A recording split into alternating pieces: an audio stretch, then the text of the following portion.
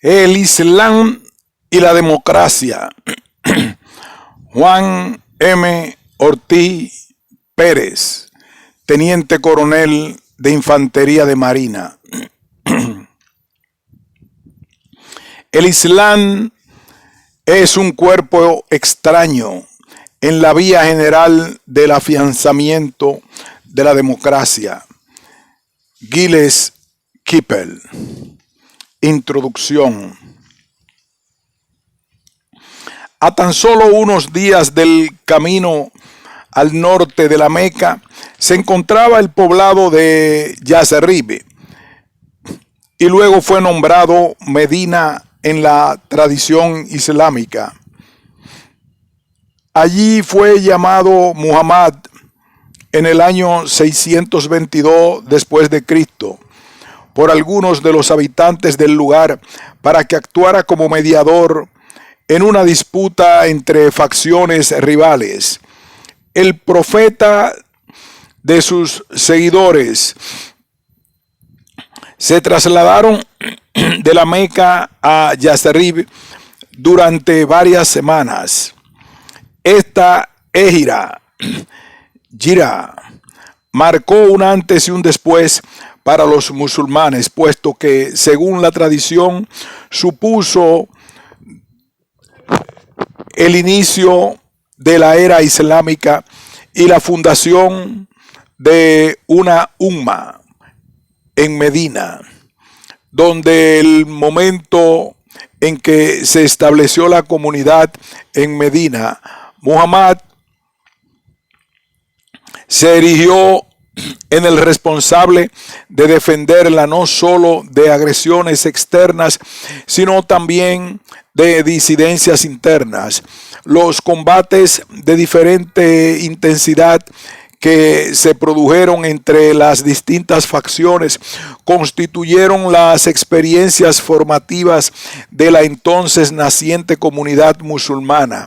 A partir de aquellos momentos, modestos orígenes en el Islam se extendió rápidamente por Oriente Medio y Próximo y por el sureste asiático para muchas culturas y naciones, y que supera actualmente los 900 millones de fieles.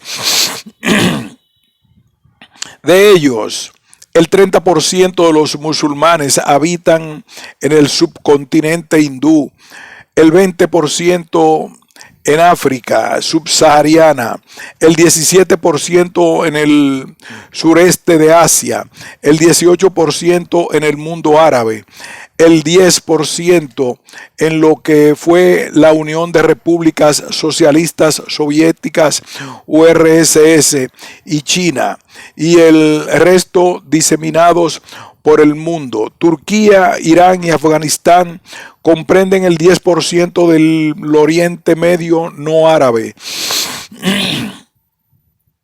Aunque existen muchas minorías musulmanas en casi todas las partes del planeta, las más numerosas se encuentran en la antigua URSS, en la India y en el África Central. En Estados Unidos hay 6 millones de musulmanes y 27 millones en Europa. La sociedad árabo-islámica de nuestros días está organizada en diversos estados-nación cuyos gobiernos propugnan la consecución del Estado Islámico a través de la umma, con los matices que luego expondremos. Los estados-nación están sometidos a tensiones y problemas de distinta naturaleza. En la mayoría de los casos, no encuentran su origen en los propios gobiernos, sino en una combinación de factores endógenos y exógenos a la sociedad islámica. El problema que se plantea desde bien entrado el siglo XX es si los sistemas políticos modernos, principalmente arraigados en Occidente, pueden funcionar también en aquellos países en que la religión islámica es predominante. Es decir, si la actual sociedad árabo-islámica, que en muy pocos estados árabes se rige por una democracia como se entiende esta desde Occidente, puede llegar a constituirla. He aquí el debate y el problema que pretendemos acometer. Para Jordan, enamorado, con cuyo planteamiento coincidimos, el problema definido no se halla tanto en el hecho de que el pueblo participe en sus asuntos de gobierno como en los límites del carácter religioso. Fundamentalmente añadimos que pesan sobre tal participación. Para Menéndez, el problema planteado no es nimio, puesto que representa la confrontación de los valores universales con los particulares, la del padrón generalmente aceptado frente a las posturas individuales.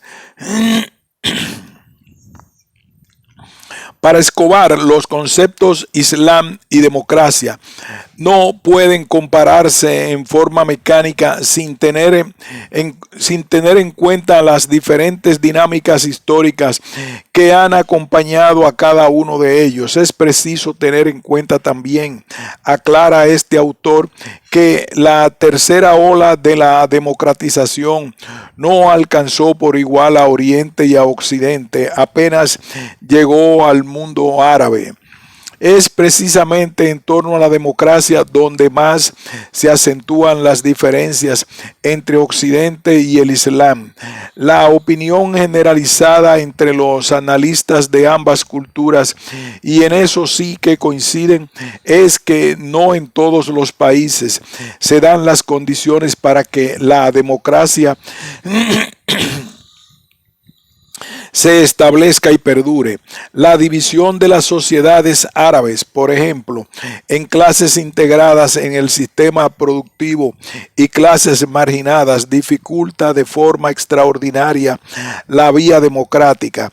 Así lo entiende Martín Muñoz al afirmar que en las sociedades magrebíes, aunque existen procesos de democratización, estos son todavía consecuencia más de una coyuntura que de la consecución definitiva de una madurez política y social.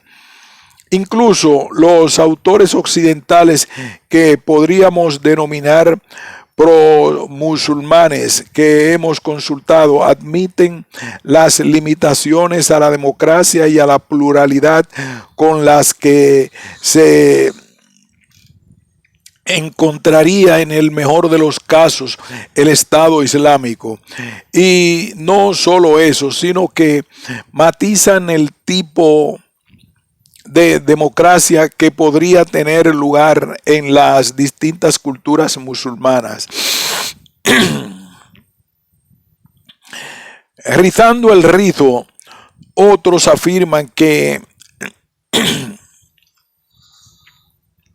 la propia cultura política innata podría llegar a destruir la opción democrática que muchos creen que quieren, salvo que la igualdad económica y la evolución cultural les permita valorar en su justa medida las opciones de que disponen.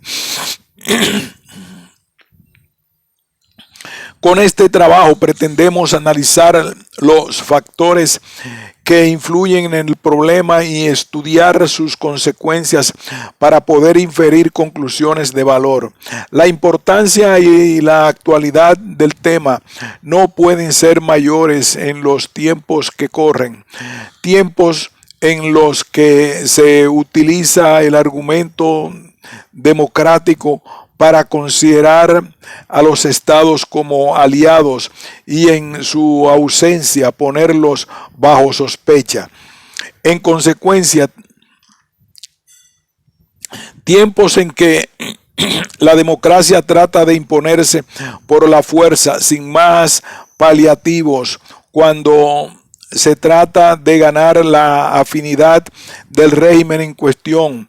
Tiempos también en los que la democracia no puede entenderse como un dogma por cuanto la ponen en peligro de retroceso, la ausencia de garantías de desarrollo sostenido, las diferencias culturales e incluso un potencial conflictivo de corte huntingtoniano.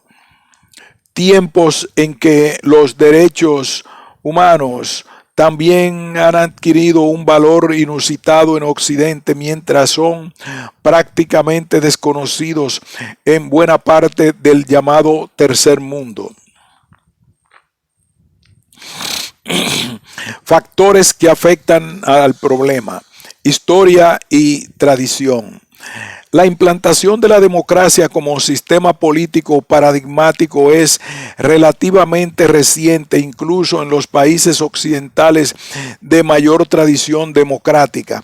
Podemos afirmar que incluso hoy, ya comenzando el siglo XXI, existen numerosos grupos de cierta entidad en los países más progresistas que mantienen teorías políticas no ya diferentes, sino radicalmente opuestas a las democráticas.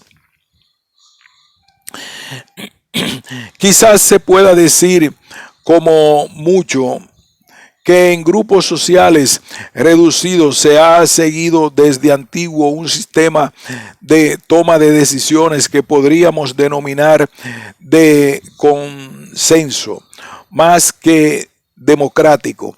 Si queremos encontrar en la Revolución Francesa el origen del sistema liberal que dio lugar a la democracia como se entiende hoy en día en las sociedades occidentales, habremos de avanzar hasta mediados del siglo XIX para poder identificar en Europa un sistema parlamentario de carácter democrático. Es imprescindible no perder de vista el contexto de las revoluciones liberales libradas en Occidente para poder analizar las especiales condiciones que requiere una aproximación a la democratización del mundo islámico. En la historia del Islam existen suficientes imágenes y conceptos que permiten conformar la visión que en él se tiene de cómo deben ser la sociedad. En ellos se puede encontrar las percepciones islámicas sobre la democracia, las perspectivas políticas tradicionales del Islam se sustentan, según Expósito, en tres pilares en los que dice coinciden la mayoría de los autores: Tauhid, doctrina de la unicidad del Alá; Risalat, mensaje del profeta; y Khilafat, califato. Estos tres pilares son fundamentales para comprender las perspectivas políticas tradicionales islámicas y la forma, como ya se ha dicho, en que puede ser enfocada la democracia en el momento actual. Cualquier tradición musulmana acepta que el Tawhid es el concepto principal de la fe islámica y de la práctica religiosa. Por ello, en el Islam se afirma que solo puede haber un soberano, que es el Alá, según Expósito. Tanto algunos analistas no islámicos como otros islámicos ortodoxos llegan a afirmar que la primera implicación del Tawhid es que no puede existir otra verdadera democracia islámica, puesto que se produce un conflicto entre el concepto soberanía del pueblo y soberanía de Alá. En el seno de semejante sistema teocrático, nadie, ni siquiera la umma al unísono, tiene derecho a modificar una orden explícita de Alá. Sin embargo, y ahí es donde se encuentra el posible resquicio democrático, cabe una interpretación de la ley divina de la que nos ocuparemos más adelante. Otro de los argumentos basados en el Tauhid para defender la tesis de que la democracia es incompatible con el Islam es que la soberanía absoluta de Alá hace inviable la existencia de cualquier jerarquía humana. Sin embargo, Expósito defiende que cualquier sistema dictatorial ha sido identificado como no islámico, puesto que el principio Tauhid proporciona los fundamentos para enfatizar en la igualdad dentro del sistema político. El término Malik, rey, en la tradición, dice este autor, se asocia con la dominación arbitraria de un dictador. No encontramos mayor trascendencia sobre la democracia en el concepto de Risalat. Sin embargo, para una mejor comprensión de cuanto decimos, conviene aclarar algunas ideas.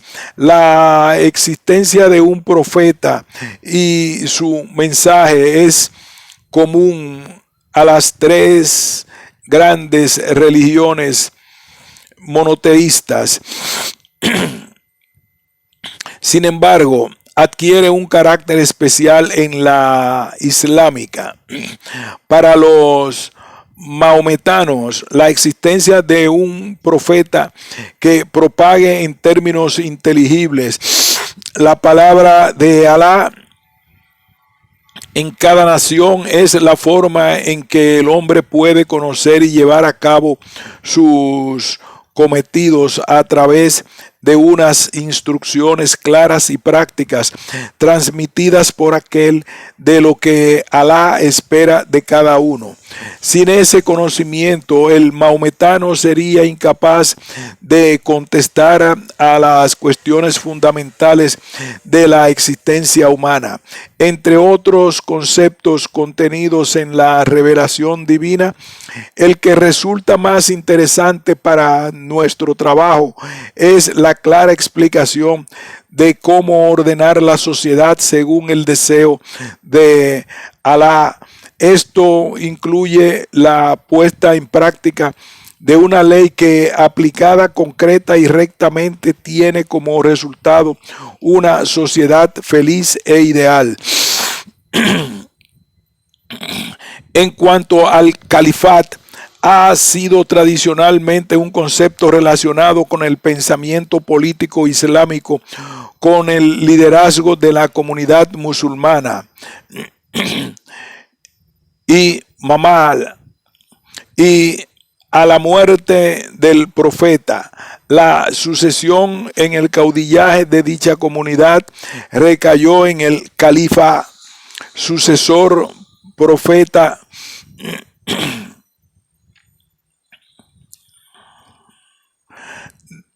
y el sistema político general vino a denominarse califato, que se materializó a través de dos grandes dinastías, omeyas y abasíes. Aunque el califato tradicional desapareció en el siglo XIII, el título de califa permaneció como designación del líder político religioso, honor que compartió con el de sultán a partir del siglo XIX, término este último introducido tiempo atrás por los turcos seleúcidas. hasta el siglo pasado se han llevado a cabo intentos de restaurar el califato. Desde siempre el término califat ha sido asociado por algunos analistas con una sucesión de tipo monárquico. Sin embargo, a partir de la segunda mitad del siglo XX, a las connotaciones sucesorias tradicionales del término se ha sumado un sentido de diputado o representante a través del cual se ha tratado de encontrar una nueva rendija por la que poner una nueva rendija por la que poder recibir cierto aire democrático. Para Expósito, la implicación de este término aporta la forma específica al sistema político. Es que la autoridad del califato se concede a la comunidad como un todo, lista para cumplir con las condiciones de representación tras suscribir los principios del Tauhid. La responsabilidad, por tanto, recae sobre toda la comunidad y cada uno de sus miembros comparte el divino califato. Cada persona en la sociedad islámica, añade el texto de Expósito, disfruta del poder y los derechos del califato de Dios, por lo que en este sentido son todos iguales, y este es el punto en que comienza la democracia en el Islam. No nos apartamos del texto citado de Expósito para añadir a lo dicho que la identificación del califa con la humanidad en su conjunto, en lugar de con una institución concreta, se encuentra recogida en la Declaración Islámica Universal de los Derechos del Hombre, y en ese contexto, en una primera fase de la materialización del califato sociopolítico, se encuentra la creación de la comunidad de creyentes, y en una segunda fase el objetivo de alcanzar un nivel de autogobierno.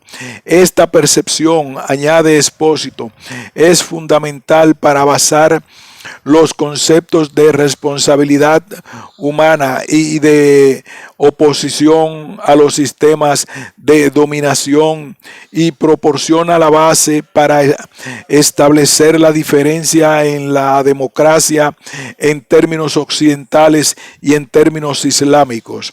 En las manifestaciones de la democracia en el mundo islámico en general, Expósito menciona aspectos sociales y políticos que considera de gran importancia. En concreto, apunta que la democracia se percibe como la afirmación de los conceptos tradicionales de Shura, consulta, en concreto entre un gobernante y sus consejeros principales, y Majlis al-Shura, asamblea consultiva, Ijma, consenso en la jurisprudencia islámica, Ijtihad, esfuerzo personal, ejercicio de la capacidad de emitir juicios independientes sobre el derecho islámico para lograr así una nueva interpretación del tema en discusión, normalmente emitido por los mujtahidun. Estos términos han sido interpretados de formas diferentes a lo largo de los años y no siempre se han visto asociados a las instituciones democráticas. Sin embargo, han de ser tenidos en cuenta forzosamente en el análisis que efectuamos.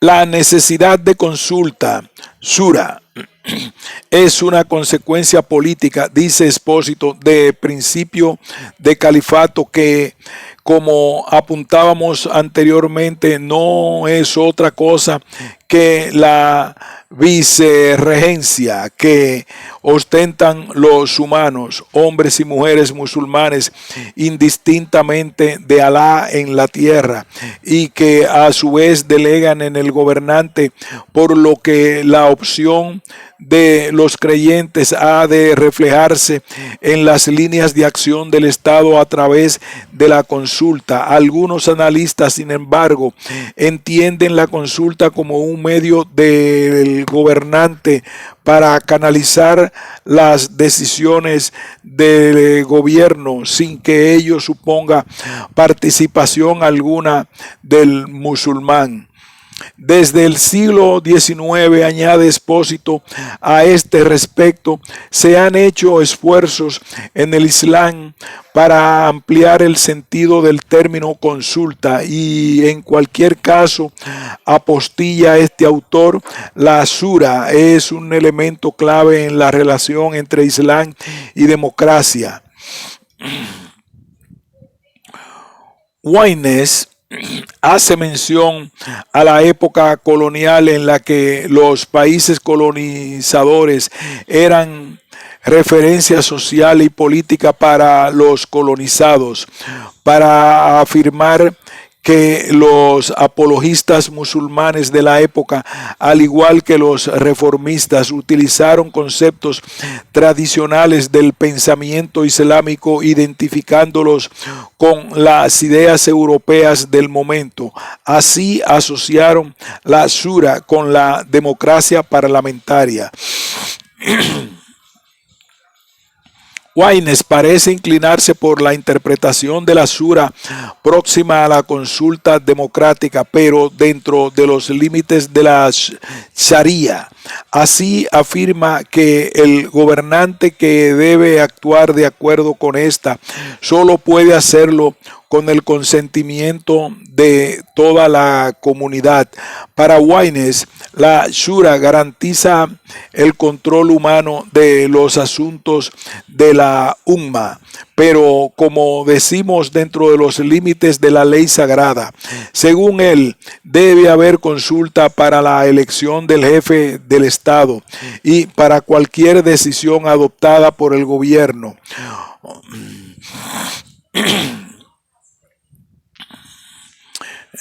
Según él, debe haber consulta para la elección del jefe de Estado y para cualquier decisión adoptada por el gobierno. Jordan es más directo al afirmar que la Shura constituye un concepto de la tradición islámica muy cercano a la democracia. El segundo de los conceptos tradicionales cuya afirmación, según Expósito, apunta a la democracia es el ijma o consenso en cuestiones esenciales del derecho islámico. La noción de ijma existió en el Islam desde los primeros tiempos y tradicionalmente ha sido objeto de debate. La determinación sobre si al consenso debe llegarse por la comunidad como un todo, por los compañeros del profeta, por los ulimas en su totalidad o por un grupo de estos últimos. La razón religiosa en la que Waynes encuentre el origen del consenso fue la necesidad que sintió la comunidad de volverse hacia sí misma como fuente de autoridad para unir a los fieles mediante el corpus común legal y doctrinal tras la crisis disgregadora y centrífuga entre los califas rivales Al-Abi Talib y Mu'arayaya. En el Islam suní, especialmente el consenso o juicio colectivo de la comunidad, se constituyó en la piedra angular para el desarrollo de la ley islámica y contribuyó de forma significativa en el desarrollo de un corpus legal y de la interpretación de la ley. Algunos analistas de la tradición islámica afirman que esta asociación de consenso y ley estaba reservada para unos pocos eruditos y que el consenso se refería únicamente al acuerdo unánime o a la ausencia de desacuerdo de los ulemas suníes. Mujtahidun, restando importancia a la participación popular como fuente de la ley islámica. Para Wines, el concepto de consenso se aplicaba al acuerdo anónimo sobre aspectos legales entre ulemas de un lugar determinado o de una generación dada, o en otra línea de pensamiento de los compañeros del profeta.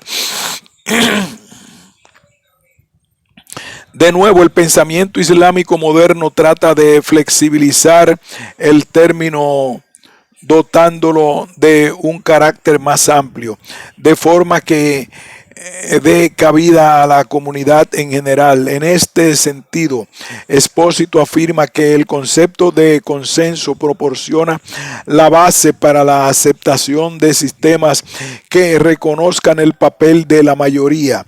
El consenso, añade Expósito, puede llegar a ser a la vez la legitimación y el procedimiento para una democracia islámica. También Wines hace referencia a autores que estiman que el ijma significa consenso general apoyado en el Corán y en la Sunna, práctica normativa del profeta sobre una verdad general. El tercero de los conceptos tradicionales relacionados por Expósito como fundamentales para entender la democracia en el sistema del Islam es la ijtihad, que, como dijimos, ha sido traducido como esfuerzo y que encuentra su origen, según Wines, en la deducción que un jurista hacía de un aspecto del derecho a partir de las fuentes o a su intento por encontrar una conexión entre las fuentes y las costumbres locales. El experto